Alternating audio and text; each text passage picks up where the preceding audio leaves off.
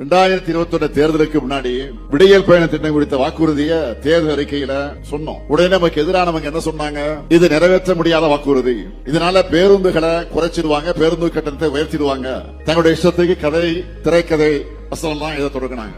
ஆனா கடந்த அதிமுக ஆட்சியில தமிழ்நாட்டோட நிதி நிலைமையை பாழ்படுத்தினதையும் மீறி சொன்ன மாதிரி ஆட்சி பொறுப்பேற்ற அன்றைக்கு விடியல் பயணம் திட்டத்துக்கு கையெழுத்து போட்ட கைதான் முத்துவேல் கருணாநிதி ஸ்டாலினுடைய கை.